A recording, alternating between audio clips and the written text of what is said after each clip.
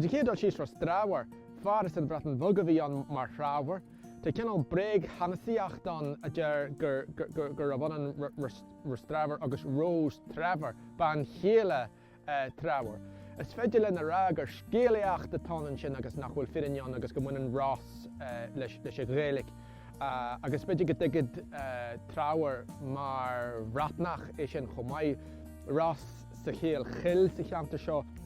Tá ceann na cuilte arsa deirí in éideann na fáil ar a bhla seo. Ach Caisleán Ruairí chomh Ruairí mBeanna a bhí an ribh sin agus bhar an taim sin a gcónaí agus a bhar an ghéalaigh sa fórcheanta seo. Agus bhí carach a bhráid ar a cheanta seo fásta ar an bhla seo.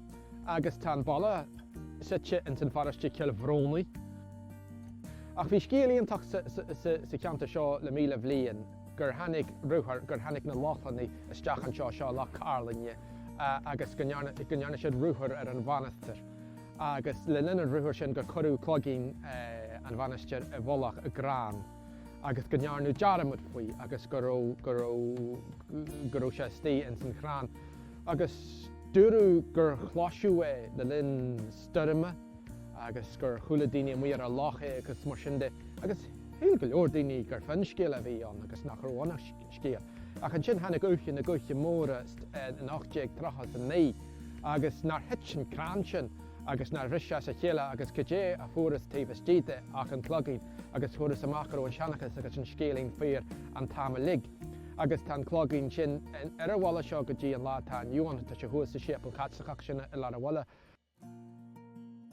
Sular corú Chill Bhrónaí ar an cheanta seo glan seichas a bhí an ar a cheanta seo, agus sin an glan suas an bóthar sin a dro bhla hill.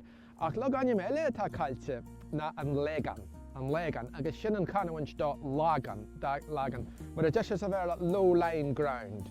Agus ní bhaine sé sin leis na sléibhte sa cheanta seo ach an áit idir a chládach agus na sléibhte an Boirche agus Ros Treabhair a Caisleán Ruairí agus mar sin de sin an légan, the low-lying ground.